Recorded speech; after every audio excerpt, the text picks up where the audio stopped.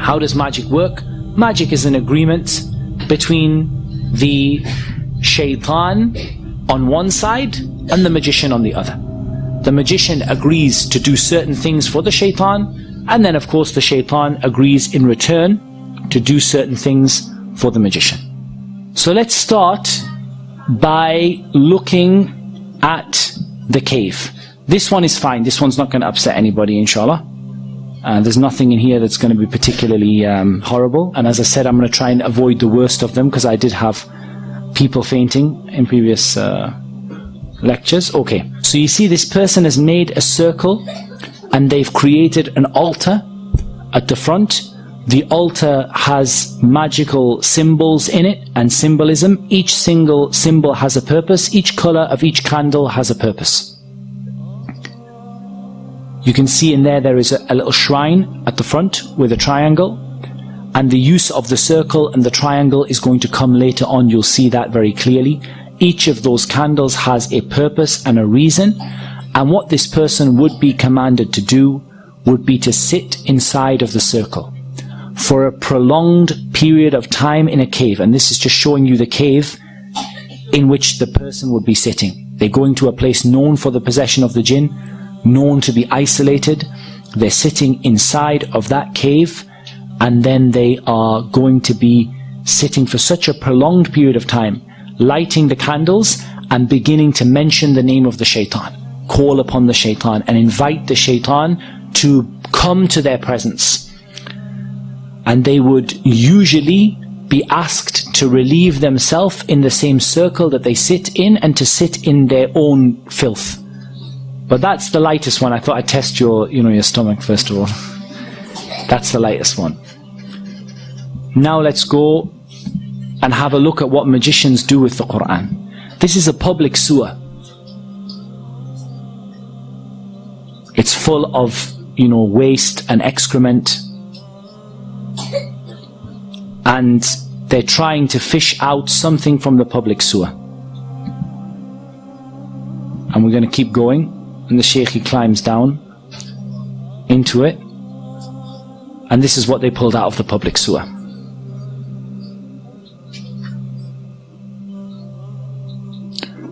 As you can see, this is a copy of the Quran that has been used in a public sewer. It's covered in human filth, it's covered in sewage, and they now have to clean and purify this copy of the Quran. Just in case you thought that was a one-off, we'll show you another video. This one has 51 copies of the Mus'haf that have been disgraced by the magicians. As you can see, they are covered, these are all copies of the Quran. They are covered in knots. They are covered in filth inside of them. They're going to open one of them up. They're covered in pins like voodoo dolls. They're cutting them open, and you see the state of the Mus'haf inside. You can see the color of the water that is coming off of the copies of the Quran as they're washing them, as they're opening them.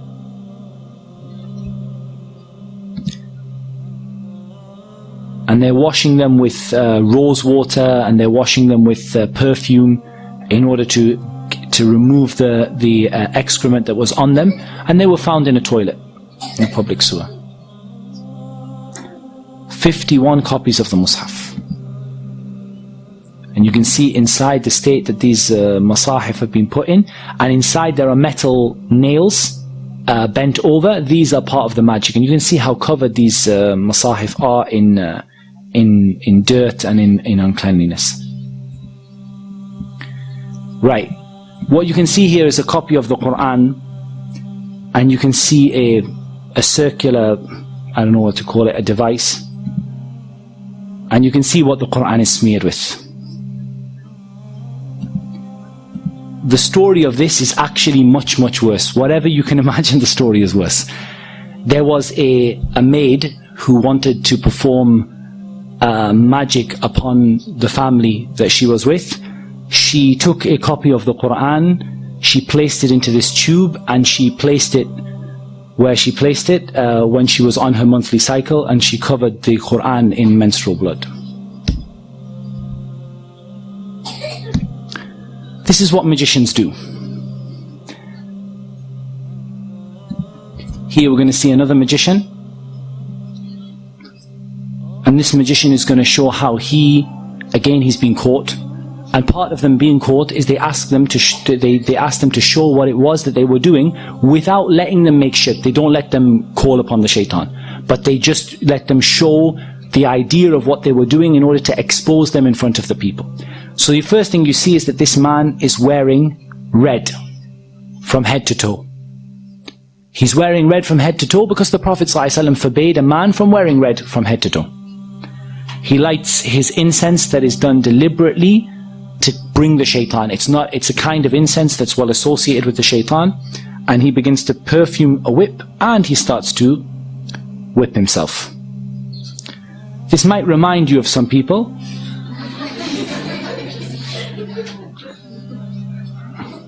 And I'll make no further comment on that.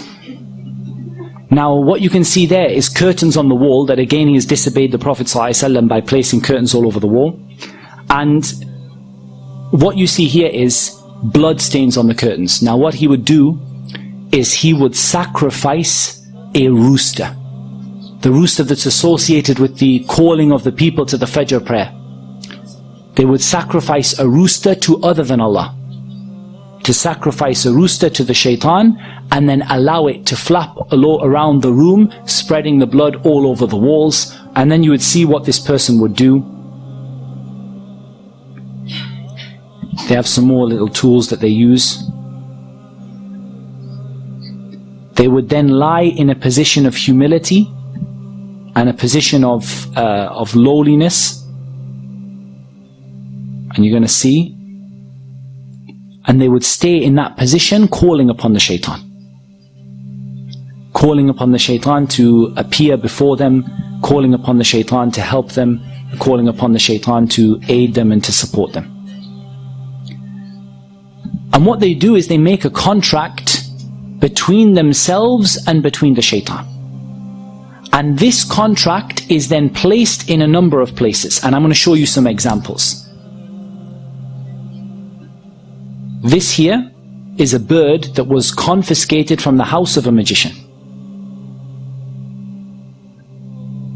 And you can see stitched into its wing, or onto its tail. I've got all sorts of them, this one.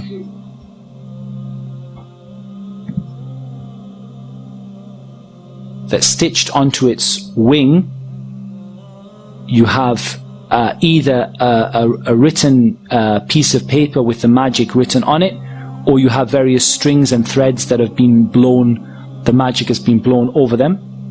I think the other one is a little clearer, so I'll put the other one on. So this is another bird that was confiscated from the house of a magician, and you can see very, very clearly there that it has stitched into its wing a contract that is written between the magician and between the shaitan.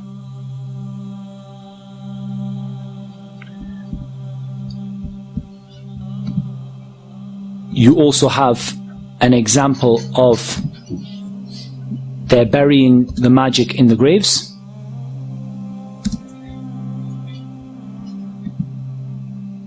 So they go out to a grave and they dig inside the grave. They've caught a magician, or they've been informed by a magician as to where the magic is hidden. And you're going to see that they bring out from the grave, they've been told what side of the grave to look at, and they bring out usually a plastic bag, and the bag has various magical items in it. You can see there that you have the letters and the symbols that we're going to talk about tomorrow, and you're going to learn about what those symbols and letters mean. We'll show you another one that comes out of the grave.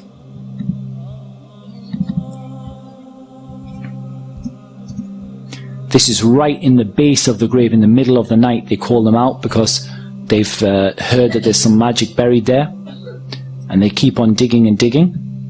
And eventually they take out this pouch. And they start to open the pouch. And we're going to see what's in it.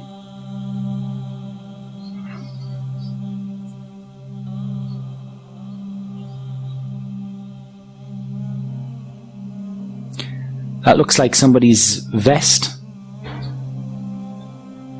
Inside you have an egg which is painted or coloured red, may well be blood, and has a number of needles stuck into it. You have a tissue, a man's tissue. You have a lemon. You have the head of an animal that was sacrificed to other than Allah.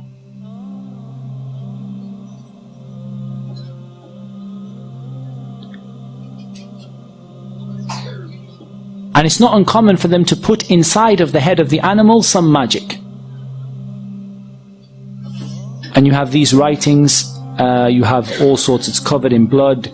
You have a child's nappy in there, and you have a sanitary towel. And there's some Quran in there as well.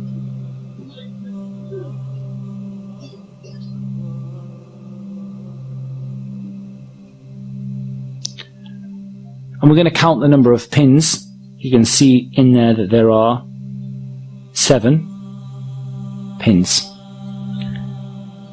Okay, let's try and analyze a little bit of what we've seen. Each individual item that was put in there for a reason. Magicians don't do things at random. They do very, very evil and very horrific things, but they don't do them at random. It was put in there for a reason and an aim in order to bring the shaitan and cause a problem. And I'll tell you what happened. The story of this, the sheikh who gave me the video, he actually was involved in the case, and he told me the story. He said what happened was, there was a woman who had been divorced by her husband, and she had lost custody of her child. She went to a magician in order to bring her child back to her. She brought her own blood, she brought the child's nappy, she brought some clothing from her husband and his tissue, and she brought an animal, and the animal was slaughtered to other than Allah. And I want to make something very, very, very clear. The magician in the beginning would do these horrible acts, and they would leave Islam, and they would, they would sell their soul to the shaitan. However, there's a problem. Once the magician has done that, what's next? The magician says, calls the shaitan, says, I'm willing to make sajda to you in order for you to do something for me. And the jinn and the shaitan say, well, what's the point? You've already disgraced the Quran, you've already left Islam, you've already done the worst of the worst of the worst. There's nothing left to ask from you. So then he says, what can I do for you next to make you carry out my orders once again? And so the shaitan says, now you have to bring other people. It's not enough for you to leave Islam. Now you have to bring other people. And so that magician goes out to convince other people to use their services and to bring them, those other people, outside of Islam. And this is something that you see amongst the magicians, is that they don't simply disbelieve.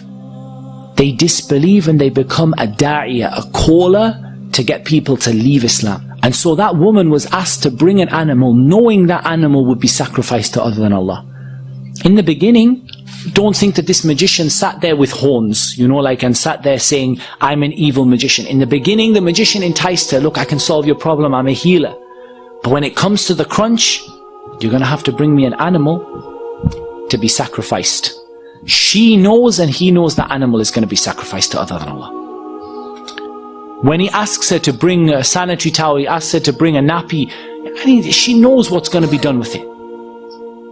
But he has to get her to make that step so that she would leave Islam, and when she leaves Islam, then the jinn will now do another act for him and would afflict her husband and cause him to lose the custody of his child, and for the child to go back to the mother, or afflict the husband to make him love the woman again. And of course it should be mentioned that they never bring anything good, and they never ever ever are successful in what they do. وَلَا يُفْلِحُ السَّاحِرُ حَيْثُ أَتَى. The magician will never be successful wherever they are. And the husband would go insane, fall in love with his wife once again, go back to his wife. Within a few months, he will have fallen out with her again. It doesn't bring anything but evil for everybody. It doesn't bring people back together.